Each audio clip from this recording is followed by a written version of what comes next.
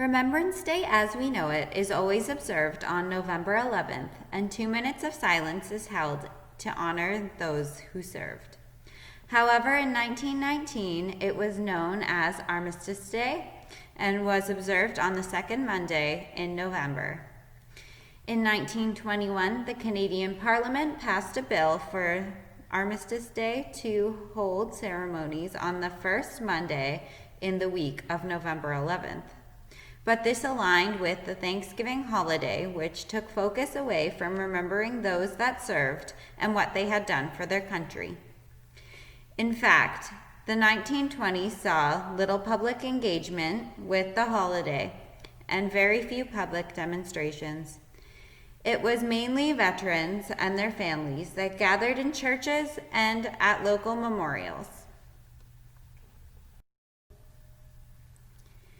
In 1928, citizens, many of them veterans, advocated to be recognized for their contributions and to have the remembrance of wartime sacrifice remembered on its own day.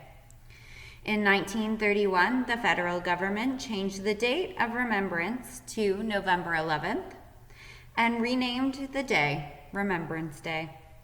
Remembrance Day emphasized the memory of fallen soldiers instead of remembering the political and military events leading to the victory of World War I.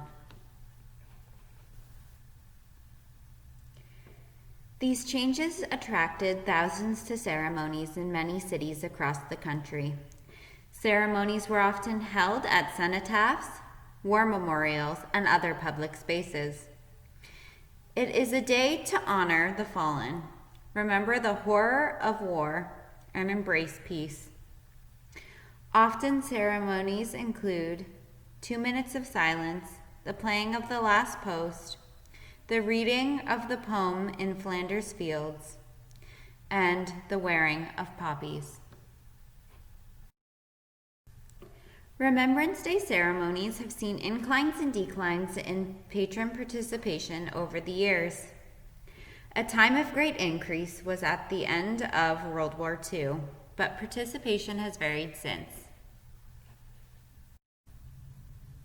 As a result of COVID-19, this year's Remembrance Day will look a little different. Although we may be remembering different this year, it is still important to remember. It is important to remember the efforts brought forth selflessly by those that served in war to provide us with brighter futures where we have freedom, peace, and equality. These soldiers put their lives on the line to serve and protect their country, and although some returned, many did not. In recognition of their efforts and sacrifices, we honor the soldiers on Remembrance Day, lest we forget.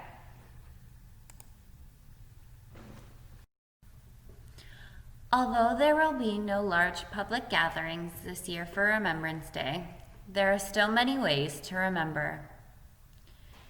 You can participate in Remembrance Day by purchasing and wearing a poppy, donating to your local legion, signing up to be a volunteer with your local legion, educate yourself on the battles fought and those that served in your community and beyond.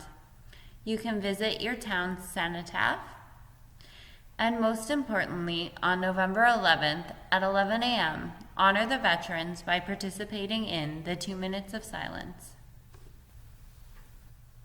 The Legions of Haldimand County will be commemorating Remembrance Day differently this year, as they are not able to hold their usual large public ceremonies at local cenotaphs and war memorials. Some legions are hosting private invitation-only ceremonies for veterans to comply with health guidelines. We reached out and the Caledonia Legion provided us with a brief statement. Hi, my name is Neil Bell, and I'm from Branch 154 of the Royal Canadian Legion in Caledonia. Every Remembrance Day, we look forward to the sight of people gathered around the cenotaph, sometimes huddled against the cold and the blowing snow. Often there are school children with songs or poetry. We're joined by 779 Squadron Air Cadets who provide cenotaph sentries and a bugler. The sound of the Caledonia pipes and drums echoing along Caithness Street, the sight of the flags, the contingent of Legion members, followed by the Haldimand County firefighters, and most of all, the small and diminishing group of veterans. These all stir deep-seated emotions. Community participation in Remembrance Day has been a tradition in Caledonia for as long as I can remember. This year is different. The pandemic means that there will be no parade and no public commemoration of those who gave all for us. In order to comply with COVID restrictions, Branch 154 will be holding a private, invitation-only ceremony. That doesn't mean we won't remember. We'll just do it differently. We remember the sacrifice of those 424,000 Canadians who served overseas during the First World War. 68 whose names appear on the Caledonia Cenotaph and the Oneida and Seneca memorials. We also remember those who served and returned home, sometimes changed forever, like Reverend Percy Lyon, the rector of St. Paul's Anglican, Chester Joseph Martindale, who was a captain in the 114th Battalion, Lieutenant Morley Edwin Forrester, who was a member of St. Andrew's Masonic Lodge in Caledonia, Thomas Charles Longboat, the winner of the 1907 Boston Marathon, Nursing Sister Winifred Edna Forbes of Caledonia, one of 3,141 Canadian nurses who served overseas. We remember the more than 1 million Canadians and Newfoundlanders who served in the Second World War, of whom 45,000 died and 55,000 were wounded. We remember the 26,000 Canadians who served in war, 516 of whom lost their lives. We remember the 40,000 Canadians who served in Afghanistan between 2001 and 2014, particularly the 159 killed and the 1,859 wounded. We remember the 125,000 Canadians who served in peacekeeping missions, of whom 130 lost their lives. This year's Silver Cross Mother, Mrs. Debbie Sullivan, whose son, Lieutenant Chris Saunders, died on the submarine HMC Chicoutimi in 2004, reminds us that sacrifice is not just by those who actually served, but by family and loved ones as well. Nor did the sacrifice stop when the war ended. We mourn the loss of 6 members on board Stalker 22, the helicopter from HMCS Fredericton, when it crashed in the Ionian Sea in April, and also the loss of Corporal James Choi of the Royal Westminster Regiment, who was killed only last week in a training accident. In Branch 154, we mourn the loss last year of 3 of our war veterans. Morris Mo Hemsley, who served in the Royal Canadian Naval Reserve during the Second World War. Charlie Fox, who served in the RCAF during the Second World War. And James Barr, who served in the Royal Canadian Regiment during the Korean War.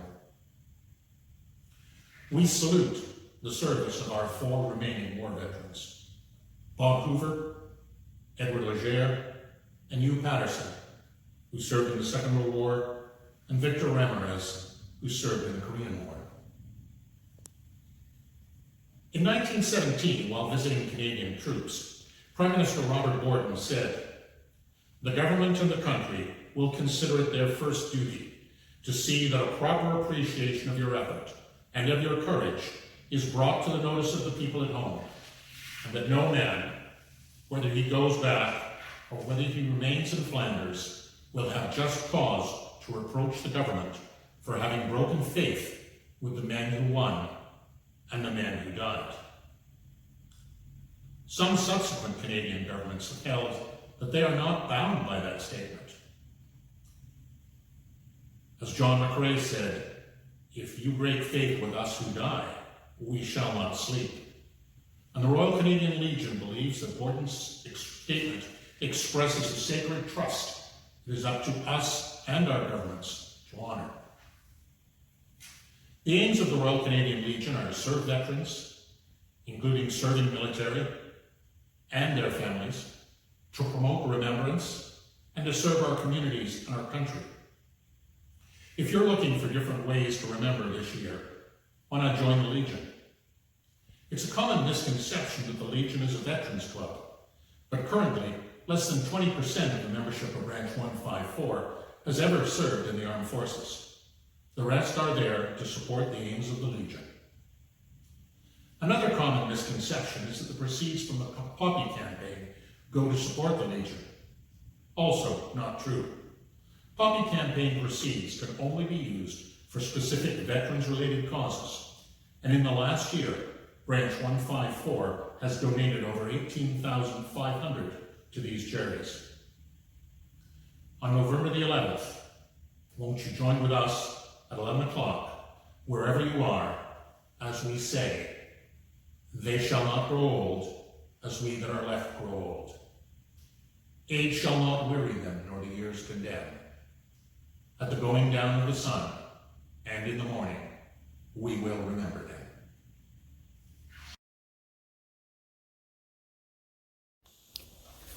In Flanders Fields by John McCrae. In Flanders Fields the poppies blow, between the crosses, row on row, that mark our place. And in the sky the larks, still bravely singing, fly, scarce heard, amid the guns below. We are the dead. Short days ago we lived, felt dawn, saw sunset glow, loved and were loved, and now we lie in Flanders Fields. Take up our quarrel with the foe. To you, from failing hands we throw the torch. Be it yours to hold it high. If ye break faith with us who die, we shall not sleep, though poppies grow in Flanders Fields.